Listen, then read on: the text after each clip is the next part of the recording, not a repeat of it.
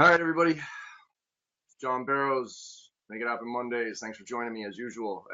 Sorry for last week. I was out in Singapore. I was actually on a plane to Singapore. I tried to log in remotely, but Wi-Fi on airplanes these days is brutal, and so I wasn't able to get through. So, anyways, I posted that little selling a service video. If you haven't seen that, go check it out.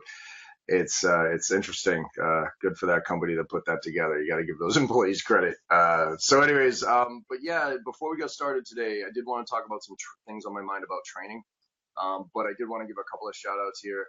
First of all, for everybody out in Houston and Louisiana and that, just hang strong, help each other out. I know right now you guys are going through a lot of issues with the rain out there. And the flooding and everything else. So all I'm seeing on the news right now is people helping each other out, grabbing boats, rescuing people just because it's so overwhelming. So hang in there. Hopefully this will be over soon. And another shout out is to Ireland, all my half brothers and sisters out there in Dublin and such. I'm half Irish. So good job this weekend, McGregor. He did you proud. So he kind of backed up what he was talking about with Mayweather. I thought that fight could have gone either way, but I think it pretty much ended the exact way it should have. Mayweather went out 50-0. McGregor talked some smack and backed it up, actually. Lasted 10 rounds. There was even a little controversy at the end there when they had to call it. But anyways, I know my brethren out in Dublin were up at 5 o'clock in the morning, drinking all the way through the evening, ready for that fight. And I'm pretty sure Sunday and even today, Monday, not too much work's getting done out there. So anyways, wanted to give those shout outs. But let's get talking about training. As always, feel free to jump in with questions. If you have questions, I'm happy to answer. That's mostly what this is for you to jump in with questions when you have them. But it's always to pick a topic and go off on it for a little while as far as my thoughts here. And I wanted to talk a little bit about training, because training to me is obviously my world, but I never thought I was going to get into this world. And now I've seen it from both sides. I've seen it from the purchaser side and also the consumer side, and I've seen it from the delivery side. And wanted to chat a little bit about why and how to approach training, because I think some people are looking at it in a way that doesn't exactly do anybody any favors. I always looked at training as a way to sharpen the sword, to get back to basics. For me, I think the biggest benefits of training like on-site training or something like that, ideally, is it gets us to stop and think for a minute about, hey, is what we're doing working really? Because I think so many of us just get caught up in the day-to-day and just going a million miles an hour and not stopping and thinking every once in a while. So I think that's one. The other is it gets us back to basics. So for those of us that have been in sales for a while, earlier on, ideally, we had some things that built our foundation that we did, and then we got successful. And a lot of times we get away from those things that have made us successful, some of the foundational pieces of sales and training. So I think training brings us back to that and says, oh, yeah, I should be doing that. Simple stuff like goal setting and those type of things. And then the third piece of training is it sharpens the sword, or it gives us new tips and ideas and things to do. So new tips, new ideas. And again, you've heard me talk a lot about how things are evolving so fast right now in sales. If you're not paying attention to what's happening, and if you're not adding new tools to the tool belt on a regular basis, you're going to get replaced. I've just had 3 meetings this morning, as a matter of fact, with clients talking about how, and I'm not going to name names here, but how they're no longer hiring from certain companies who used to be the pillar of, wow, if you came from that company, you knew what you were talking about from sales. But now a lot of these companies are actually not hiring from those companies because that was the old way of selling. The show up and pitch a good product, maybe develop a really good relationship with the client and drone through a PowerPoint deck really, really well. Those days are done. The idea of really focusing on the client has more education than ever before and more options than ever before. So we really have to shift into that solution selling mindset, the adding value mindset. And it's different than when I was taught how to sell early on. So that's why I think if you're not going to sales trainings on a regular basis, or at least not consuming new content about sales and training and those type of things, you're going to get left behind real fast here. So those 3 things are the value that I see in sales training. But the type of delivery mechanisms are obviously changing as well. There's the on-site old school, and I still do a lot of that where it's one day on training and kind of get everybody all fired up and collaborate. And then there's all the online resources. Today, I want to talk about us as individuals. Forget about companies buying sales training, because that's not what this is. This isn't a pitch to buy sales training. This is actually a anti-pitch on sales training, at least a lot of the stuff that I do. As far as flying around and doing all that, because there's so much content out there right now that you can learn almost anything for free or for just a few bucks. And so the way I look at it is you need to schedule this into your routine to educate yourself on certain topics, and then you need to consciously work on specific things on a regular basis to make sure that you're improving.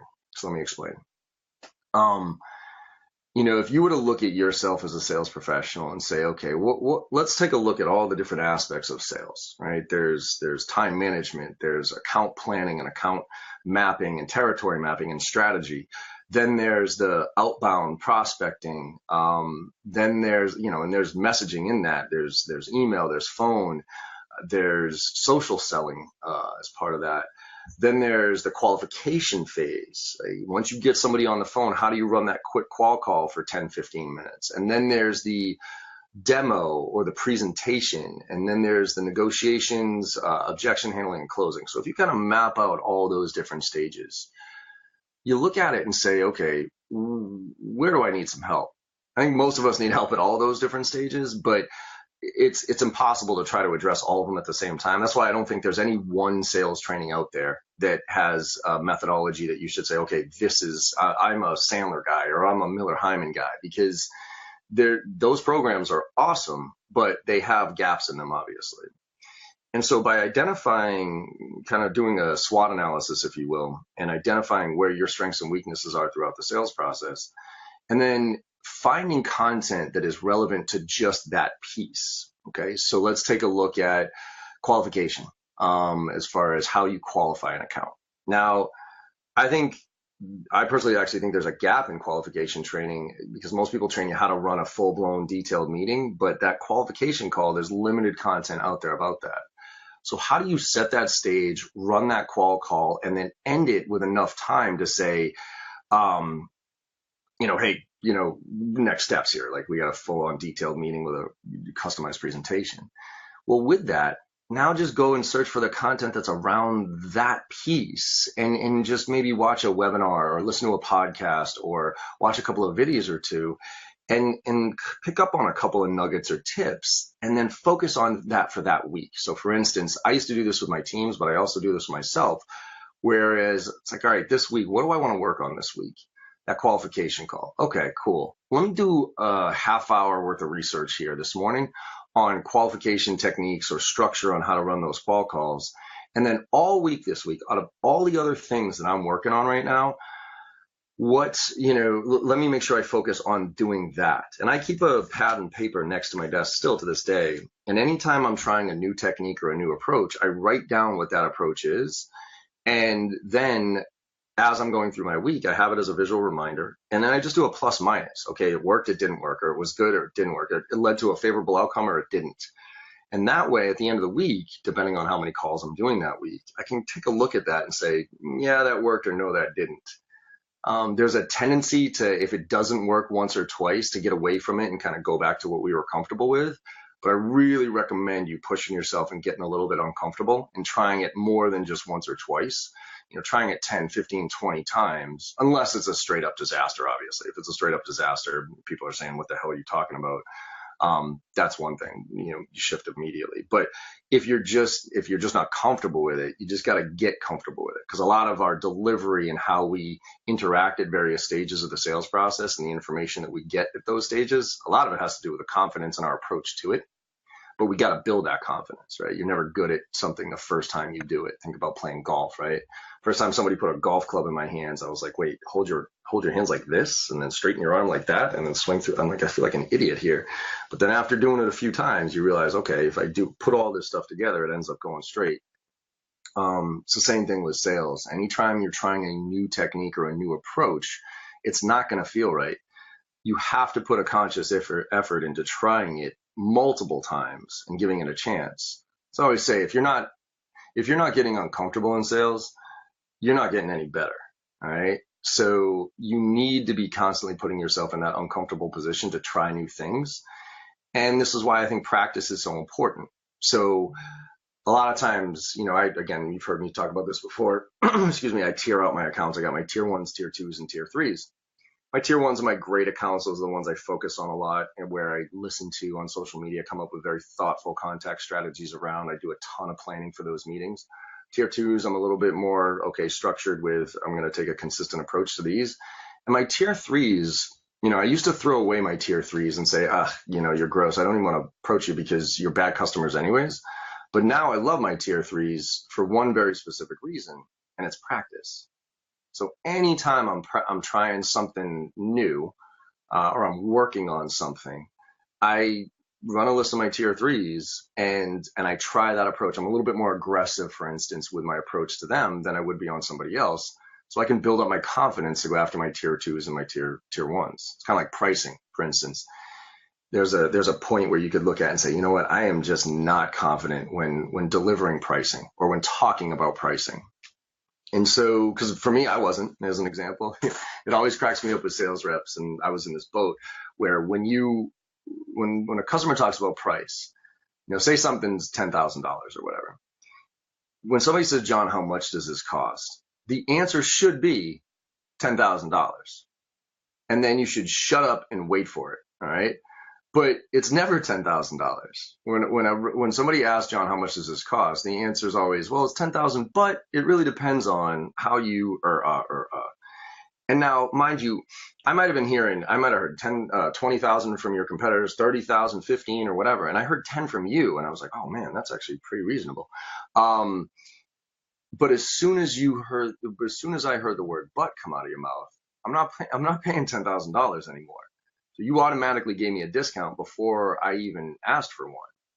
So for me, I actually had to get confident with my pricing because oddly enough, I was actually more confident delivering my pricing to my tier 1s, like my big accounts, because I knew they could afford it. Whereas I still do have a soft spot in my heart for small businesses because I used to be a VP of sales of an SMB company with no money. Like we had no funding. We were self-funded. And so if somebody were to come in and tell me, hey, John, here's how much my training costs, and it was $10,000, $20,000, $30,000, I would legit laugh them out of my office. Okay. Because I might have $5,000 for the whole year for training for my team. And so now I have that soft spot in my heart for small businesses. And so what I found is early when I was doing this training, the on-site stuff, I would actually give more discounts to smaller clients because I would feel bad for them. I'd be like, especially if they're only going to put like 5 or 6 reps in the training, like, because I charge day rates. That's a pretty high per head rate and all this other stuff. But then all of a sudden I started realizing, a day of my time is a day of my time. A day away from my daughter is a day away from my daughter. And so I had to start building up my confidence to go after pricing, to talk about pricing when in a very confident way. So I got a bunch of those tier 3s in my pipeline. And when the pricing discussion came up, I was like, okay, I just want to let you know the price is $10,000 and I don't discount. And then I would just wait for it. And half the time I'd get, whoa, John, that's way more expensive than I was expecting it to be. The other, and you know what, that was actually probably a good thing because they were probably not good clients for me anyways. The other half of the people would say, okay, well, I just had to ask. Is that okay? Yeah, sure. I had to say no. Is that all right? And so what I did was I built up my confidence with my tier 3s and then went after my tier 2s and then went after my tier 1s and then started kind of getting comfortable with how I deliver price. And now, again, I've talked about why I don't discount because first of all, I train negotiation training. So what kind of a sales trainer would I be if I discounted, but on negotiation training specifically, but, and I have that big fat pipeline, but I found that when I deliver price, the confidence in how I deliver it now tends to not even make it an issue. So for instance, again, this morning I had a couple of meetings and one of them, they talked about price and, it's a little bit of a smaller company. And I just said it, didn't even blink. And You could feel the uncomfortable silence, but they were like, okay, just send us over the paperwork. We'll take a look at it. Now, does that mean they didn't freak out on the back end? What I probably should have done is pushed it a little bit further, and is that within your range type of thing, just to get that, which I missed this morning. So for instance, that's something I can work on this week. Going back to training, what can I do? Is I can deliver pricing, but then confirm with them if that's within their range or within their budget, because sometimes I miss out on that piece. So anyways, my point is on training is really take it upon yourself. All right. Don't wait for your employer or your boss or your manager or anybody to invest in training for you and say, oh, this company doesn't invest in me. Well, consider that an added benefit if they do. I know I've been doing a lot of research on millennials and different, different, millennials pretty much, and how a big part of what they look for in their jobs is the investment that the company makes in them. And are they feeling like they're being invested in and learning and continuously improving? Now, I think that's always been important, but it seems like this generation, that's a bigger part of how they make decisions on who to work for and stuff, which is great. And you know what? Those companies, those ones that do that are fantastic. But I would really urge you not to look to the company to do that, because if you do, you're going to be sadly, your expectations are not going to be met. And you're going to keep bouncing to companies to try to find that one. If you take it upon yourself to say, you know what, I'm going to teach myself these skills. I'm going to take it upon myself to learn these things and take an active mindset on learning. That's where you start to carve out your own path and your own career growth and your success metrics and all that other stuff. So there's tons of tools out there. I mean, first of all, you can just do a Google search on pretty much anything on YouTube on any topic, and there's a million people out there. And at first I was like, you know what, be careful about the people who position themselves as thought leaders who really haven't ever done anything. But I've changed that a little bit because, hey, what's the harm? Even if somebody's out there giving a tip or a nugget or an idea on how to do something and they've never done it before, as much as that pains me, because I really wish there was more people out there who were practitioners and not just people who were telling people what to do, but actually giving real world experiences of, hey, I did this and yeah, don't do that, or, versus just spouting off some techniques. But, at the end of the day, if the technique, as long as it's not offensive or sneaky or sleazy or something like that, if the technique sounds reasonable, give it a shot and see what happens. Because it might fit your personality versus my personality. It might, fit into your process better than my process, and the way they deliver it could be a little bit different. So I would really encourage you to pick a topic, like I said, kind of outline your sales process, if you will, all the different stages. Identify the one that you personally are having the biggest challenge with, and then go do a little bit of homework to find out somebody out there who is speaking about that topic and giving nuggets, tips, ideas, structure around that topic, and then trying it consciously for a week, writing it down on a piece of paper and saying, out of all the other things that I'm doing this week, this is what I'm going to focus on.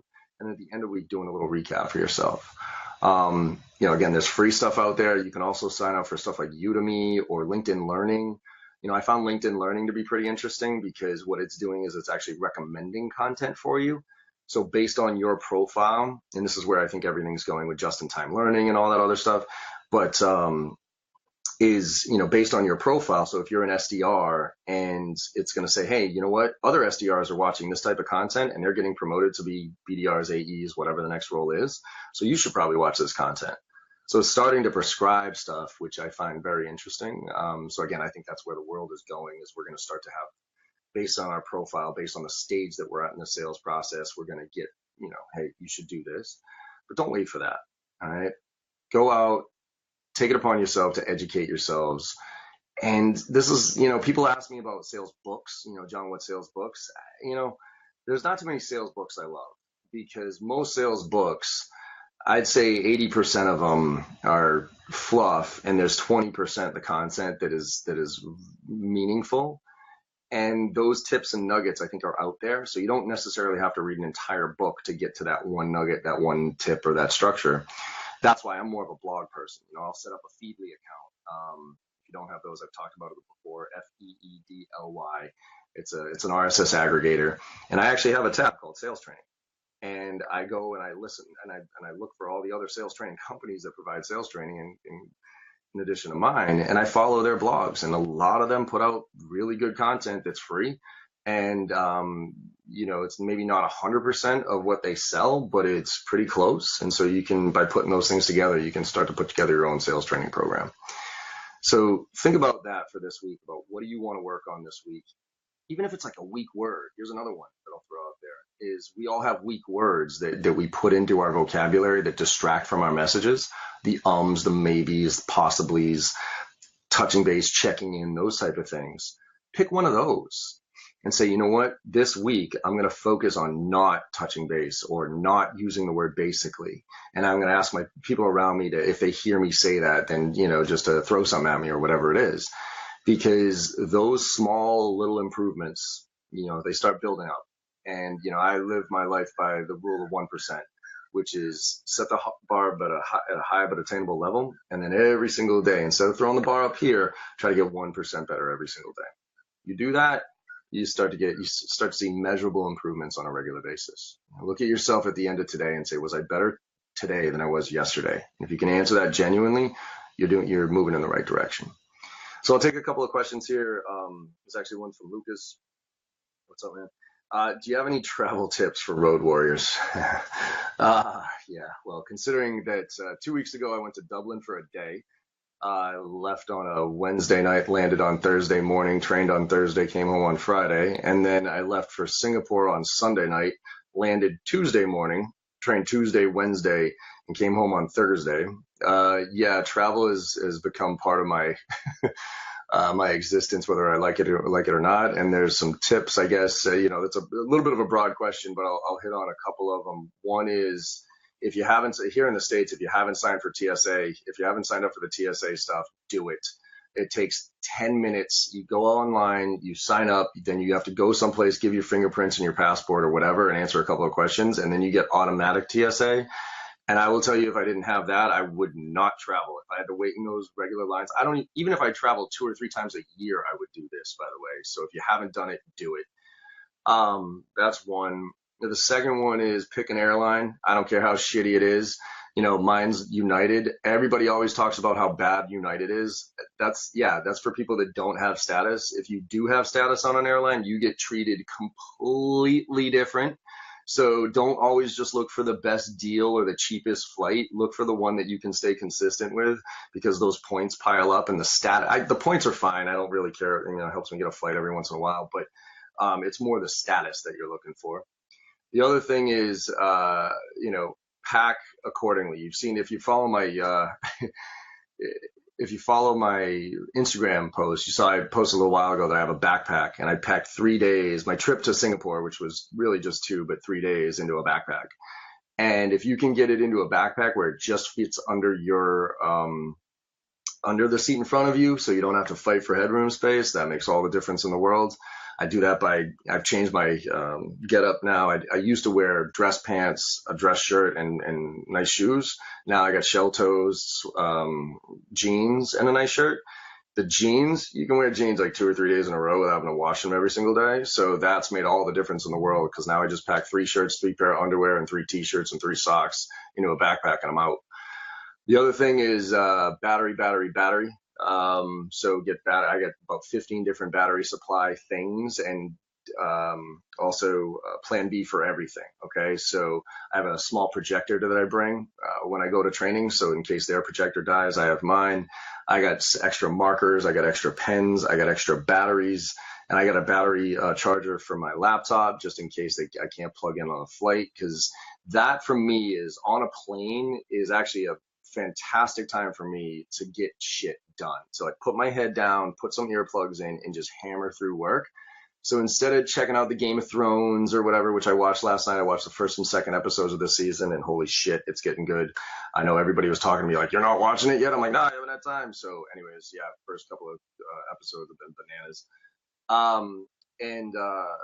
Instead of doing that and catching up on all those things, catch up on work, like the downtime work. Schedule your downtime work for those type of trips. So for instance, anytime I have a project that I need to do where it's just, I need to hone in and bang out 2-3 hours on one specific thing, I actually schedule that for travel days. So when I'm on a flight from San Francisco to Boston or Boston to San Francisco, I got 6 hours there that I can stay focused on one thing as opposed to being in the office here and having to deal with calls and emails and all that other stuff. So there's that.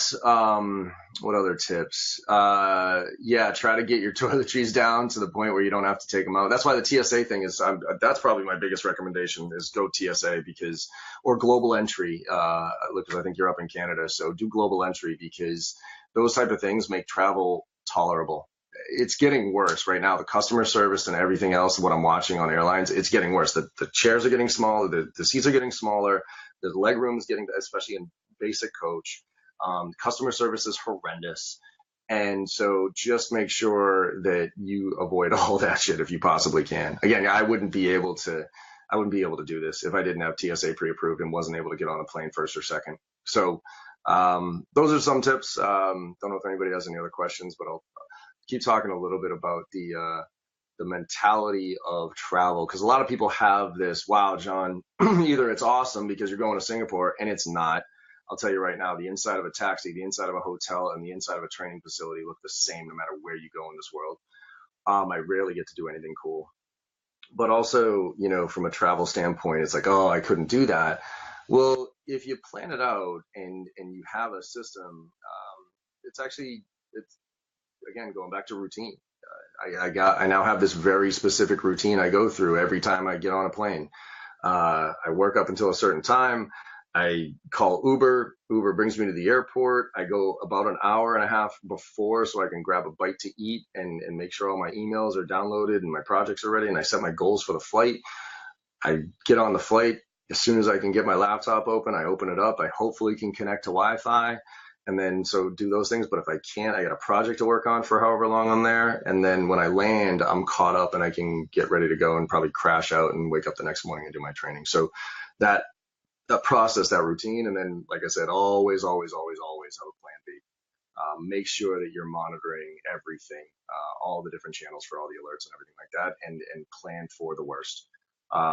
If you're not going to be able to get something, make sure you have like for instance, for me, if I'm not be able to get to a training because I miss a layover or something like that, then I have blue jeans, which is what I'm doing now. So I can light that up. I can be in the airport. I've done it before, where I got 30 people in a room waiting for me and I missed the class. So instead of, saying, oh, we need to reschedule this, seeing if the client will be open for cutting the price in half or something like that and doing it remotely. I mean, shit happens, right? People need to understand that. So anyways, those are some of the tips. Let's see. Here's another one. What's the worst thing that you encountered in sales in your life and how did you overcome it? The worst thing I've ever overcome in sales? Whew,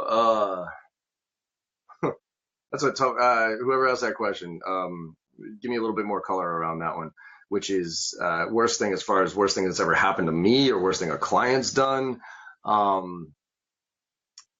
Okay, I'll give you one while I wait for that piece, and then I got to bounce here because I got a 1 o'clock. But I went into okay, so I was working at this one company, I'll name it Basho, and it's what this training is based off of. But then they came up with this software that was supposed to be associated with the training, right? But it wasn't ready, whatever. And the new CEO came in and pushed for it, like we got to get this in front of our clients and So I had this one customer, my best customer here in Boston.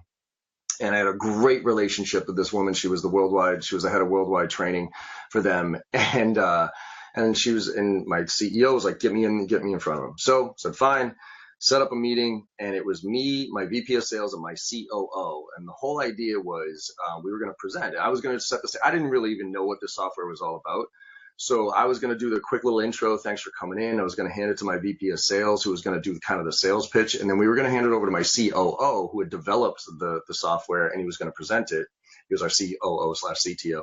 And anyways, we're sitting at this big conference room table, and it's me, my client, VP, billion-dollar software corporation, by the way, the VP of Worldwide Sales Enablement. And then she had brought in her VP of Worldwide Sales Operations, right? So two bigwigs in this call. It's me, my VP of Sales, and my COO sitting down at the end of the table. And the whiteboard was here. And so I'm sitting there talking, and I'm like, hey, Jill, thanks so much for coming in today. I appreciate it. And all of a sudden, I see her go like this. Oh, whoa. And she covers her face with her notebook like this. She's like, oh. And I'm like, huh? And I look up, and I don't use a Mac. I still use a PC. By the way, this Surface laptop is, by the way. Anyways, but I don't, with Macs, apparently they, every once in a while they'll throw up your album artwork up as a kind of a screensaver type of thing. And apparently my COO had some very eclectic taste in music, and up on the screen was something. I've seen some weird shit before, but this album artwork was interesting and offensive to say the least. It was three unicorns. I'll post it in this thing. If you're offended, don't look at it. Yeah, so it was three. And I don't have a filter. So I'm like, what the fuck is that? And I look back, and again, she's horrified. The guy sitting next to her is laughing his ass off. My VP of sales is doing the chuckle dance because he can't hold his shit together. He's like literally giggling so hard he can't stop. And my COO is like feverishly ripping cords out of his laptop, trying to get it off the screen. And I'm like, my number one client, billion-dollar software organization that we're trying to sell this into, and one of my best relationships, and this clown show's happening. And so I'm like, I just looked at Jill. I was like, Jill, you and me right here. I don't know what's going on up on that screen, but I know Tony's going to get that off as soon as he possibly can. And we're going to move through this because, I do think that there is some value in this software for you and your organization based on this. And I tried to power through it. Needless to say, that meeting didn't go too well. They tolerated us being there, but afterwards, as I was leaving, I was literally about to call her and apologize, because I did obviously in there, but she called me and she goes, John, I just want to let you know, if you and I didn't have the relationship that we had, we would have called the police and had you thrown out of here, and you would never be allowed back on this campus again. And I was like, yes, I apologize. That'll never happen again. Those two will never be allowed back in your office again. She's like, no, they won't. Now, I was able to maintain that relationship because her and I had such a strong relationship, which is why relationship selling is not dead. I don't care what people say. It is still very important as part of the process. But man, that put me in a really awkward position. So that was one of the worst things that happened to me in a while, and from a sales standpoint. And there's only so much you can do with that. Again, thank God I had a good relationship. So anyways, I got to bounce here. I got a call, but hopefully you got some value out of this one. Again, train yourselves. Don't wait. Pick a topic once a week. Do a Google search, read a blog, listen to a podcast, apply it that week consciously, track and measure to see if it works, and then pick the next thing next week and get 1% better every single day. All right, everybody, keep making it happen. Have a good one. Later.